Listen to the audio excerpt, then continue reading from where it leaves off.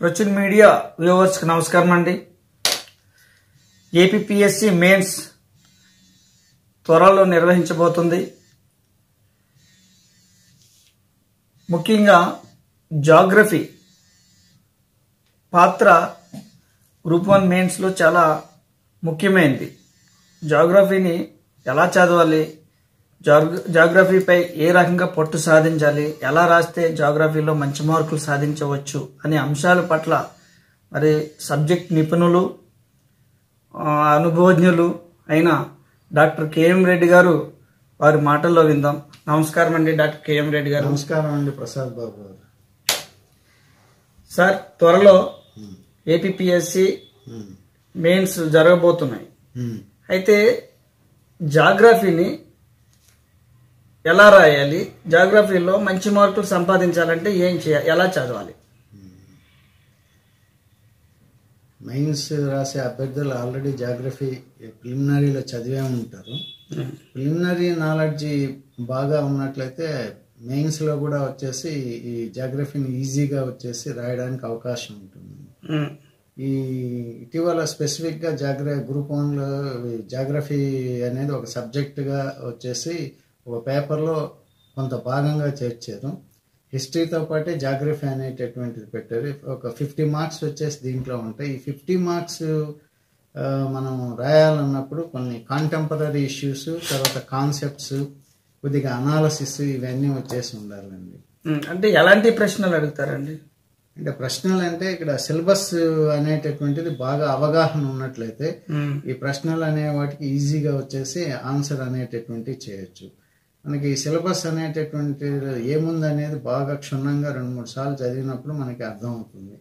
మనకి సిలబస్ గా చూసినట్లయితే ఇక్కడ ఆంధ్రప్రదేశ్, ఇండియా రెండు వచ్చేసి ఉన్నాయి. Geography, Andhra Pradesh geography, Indian geography అడిగేటప్పుడు ఎంఫసిస్ ఎక్కువగా ఆంధ్రప్రదేశ్ మీద పెట్టి వచ్చేసి అడగచ్చు. ఇప్పుడు ల్యాండ్ ఫార్మ్స్ అనేటటువంటి ఒక చాప్టర్. ల్యాండ్ ఫార్మ్స్ అంటే ఈ భూస్వరూపాలు అనేటటువంటి, ఇప్పుడు ఆంధ్రప్రదేశ్లోని వివిధ భూస్వరూపాలను గురించి వివరించండి అన్నాడు అనుకోండి. అలాంటప్పుడు ఆంధ్రప్రదేశ్లో ఉండేటటువంటి వాటిని గురించే మనం రాయాల్సి ఉంటుంది. అంటే ఆల్రెడీ మనం చదివే ఉంటాం వాటి గురించి. ఇప్పుడు మనకి ఆంధ్రప్రదేశ్లో ఉండే భూస్వరూపాలు అన్నప్పుడు కోస్టల్ ప్లెయిన్స్ ఉంటాయి, ఈస్టర్న్ ఘాట్స్ ఉంటాయి, అదేవిధంగా రాయలసీమ ప్లాట్యూ అనేటటువంటిది ఉంటుంది. వాటి గురించి రాస్తే దానికి ఆన్సర్ అనేటటువంటి, అదే ఇండియా అడిగినప్పుడు ఇండియాకి సంబంధించినటువంటి ఇవి ఉంటాయి. కాబట్టి అభ్యర్థి సిలబస్ మీద ఒక అవగాహన అనేది ఉంటే జాగ్రఫీ అనేటటువంటిది ఈజీగా వచ్చేసి రాయడానికి అవకాశం అనేటటువంటిది ఉంటుంది. అలాగే ఏ అంశాల పట్ల పట్టు సాధించాలంటారు? అంటే ఏ అంశాలు అనేటటువంటి ఇక్కడ 5 చాప్టర్స్ ఉన్నాయి. ఈ 5 చాప్టర్స్ మీద కొంత అవగాహన ఉంటే గానీ 5 క్వశ్చన్లకి ఆన్సర్ అనేటటువంటిది రాయడానికి అవకాశం ఉంటుంది. అంటే ఇప్పుడు అభ్యర్థి అనేటటువంటి ఆయన ఓవరాల్గా ఇచ్చినటువంటి అంశం మీద కొంత అవగాహన అనేటటువంటిది ఉండాలి. ఆ అవగాహన లేకపోయినట్లయితే ఇవి ఎగ్జామ్లో ఏదైనా సరే గ్రూప్ 1లో రాయడం అనేటటువంటిది కొంత కష్టంగానే ఉంటుంది. ఇప్పుడు ఫర్ ఎగ్జాంపుల్ మనకి ఇక్కడ ఫారెస్ట్స్ అనేటటువంటి ఇచ్చున్నారు. అడవులు అనేది అందరికీ తెలిసినటువంటి విషయం. అయితే ఈ అడవుల మీద క్వశ్చన్లు ఎలా అడుగుతాడంటే వివిధ రకాల సామాజిక అడవుల గురించి వచ్చేసి వివరించండి అని అడిగాడు. అదే రకంగా మనకి 1980 ఫారెస్ట్ చట్టం గురించి అడిగాడు, యాక్ట్ అనేటటువంటి. అదే రకంగా రేపు అడిగేటప్పుడు ఆంధ్రప్రదేశ్లోని అడవులను వివరిస్తూ వాటి వల్ల కలిగే ప్రయోజనాల గురించి వివరించండి అని అడగచ్చు. లేకపోతే ఇటీవల కాలంలో అడవులు అంతరించిపోవడానికి ప్రధానమైన కారణాలని విమర్శనాత్మకంగా వివరించండి అనొచ్చు. రకరకాలైనటువంటి ప్రశ్నలు అనేటటువంటి అడవుల మీద అడగడానికి అవకాశం ఉంది. అడవులు, ఎన్విరాన్మెంట్, దాంతో ఒక విమర్శనాత్మకంగా కూడా అడగచ్చు. అడవులు పర్యావరణాన్ని ఏ రకంగా వచ్చేసి వాటిని కాపాడుతాయి అనేటటువంటి దాని మీద విమర్శనాత్మకంగా రాయమని కూడా అడగడానికి అవకాశం వచ్చేసి ఉంటుంది. ఈ రకంగా బహుళ విధాలుగా వచ్చేసి ప్రశ్నలు అనేటటువంటి అడగడానికి అవకాశం ఉంటుంది. దీంట్లో చాప్టర్ 1 అనేటటువంటిది చూసినట్లయితే ఇదంతా ఫిజికల్ ఫీచర్స్కి సంబంధించినటువంటి భౌతికపరమైనటువంటి లక్షణాలు, భూమికి సంబంధించినటువంటి వీటి గురించి మాత్రమే ఎక్కువ చాప్టర్ 1లో వచ్చేసి ఉంటుంది. అదేవిధంగా చాప్టర్ 2 గానే చూసినట్లయితే ఎకనామిక్ జాగ్రఫీ అని ఉంటుంది. ఎకనామిక్ జాగ్రఫీ అంటే వచ్చేసి అది ఆర్థిక భూగోళ శాస్త్రం అనేటటువంటిది. అంటే ఆర్థిక భూగోళ శాస్త్రం అనేటటువంటి చూసినప్పుడు దీంట్లో మనకి ఇది అగ్రికల్చరు, అదేవిధంగా లైవ్ స్టాక్, ఫిషరీస్ ఇవన్నీ వచ్చేసి ఉంటాయి. అంటే అగ్రికల్చర్ అంటే ఇప్పుడు మనకి గ్రీన్ రెవల్యూషన్ వల్ల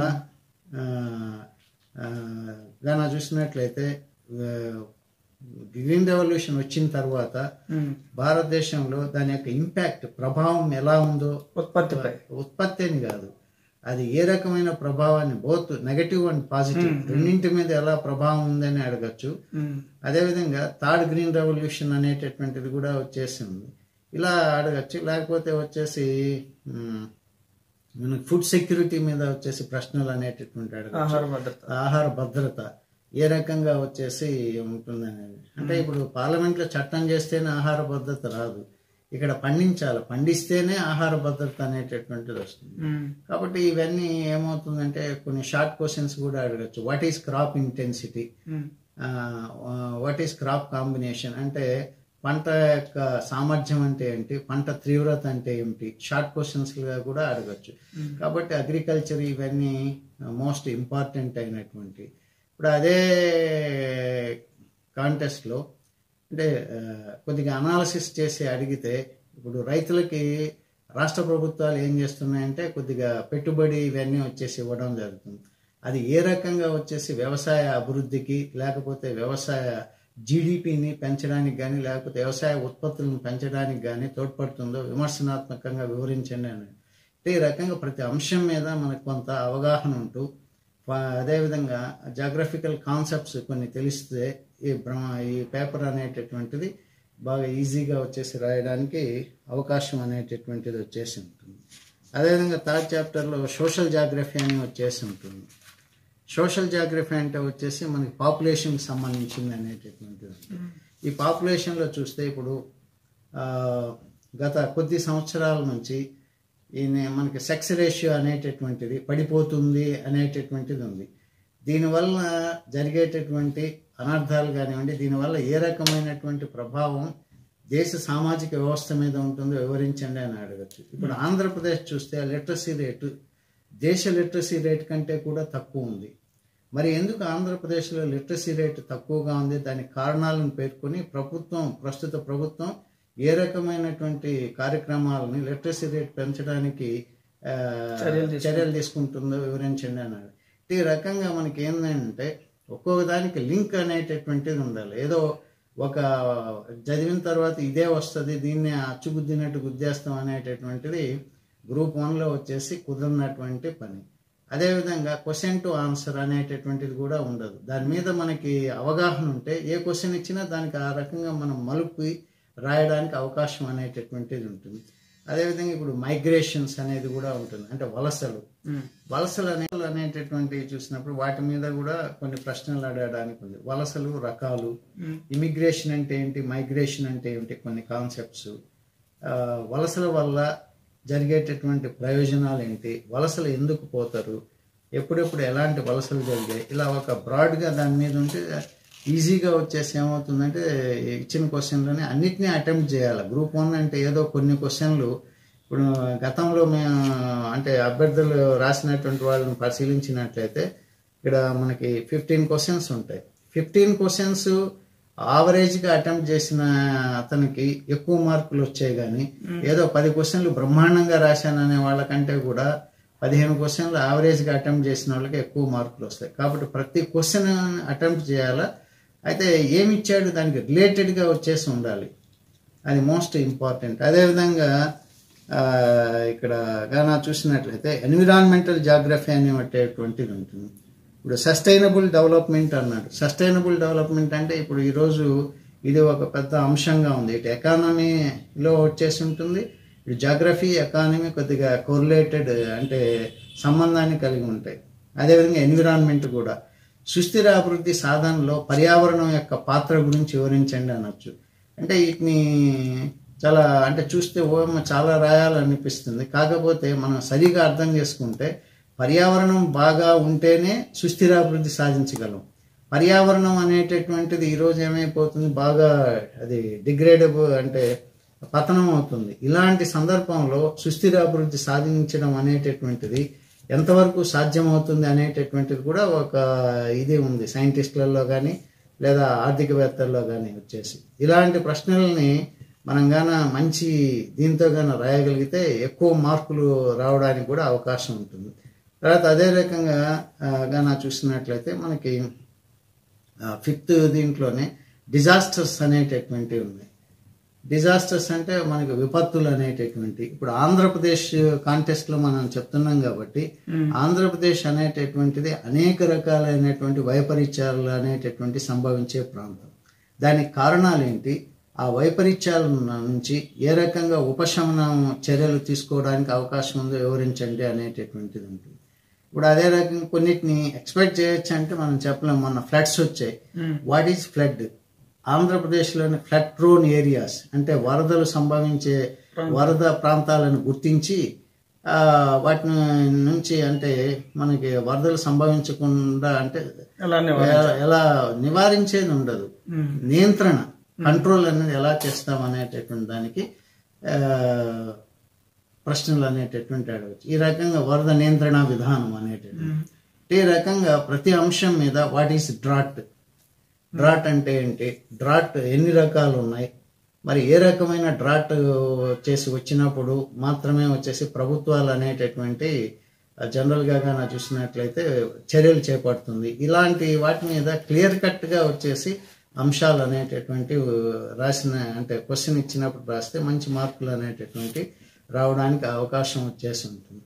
ఎంతసేపటికి అంటే ఈ జాగ్రఫీ కానివ్వండి ఏదైనా సరే అది హ్యూమన్ బీయింగ్స్కి ఏ రకంగా వచ్చేసి ఉపయోగపడుతుంది, నష్టపరుస్తుంది, ఏ రకమైన ఇంపాక్ట్ ప్రభావం అనేటటువంటిది ఉంటుంది అనేటటువంటి అంశాల మీద మంచి అవగాహనగానే ఉన్నట్లయితే మంచిగా రాయడానికి అవకాశం ఉంటుంది. ప్రభుత్వాలు ఏ రకమైన చర్యలు తీసుకుంటున్నాయి, వీటికి ఏమైనా సైంటిఫిక్ డెవలప్మెంట్లో ఏమైనా కొత్త రకమైనటువంటి ఇవి వచ్చాయా, ఇవి కానీ జోడించి రాసినట్లయితే జాగ్రఫీలో మంచి మార్కులు తీసుకోవడానికి అవకాశం అనేటటువంటిది ఉంటుంది. ఇంకోటి సార్, ఇప్పుడు జాగ్రఫీని మ్యాప్ పాయింట్లో చదివితే మంచి మార్కులు వస్తాయి అంటారు, మీరేమంటారు?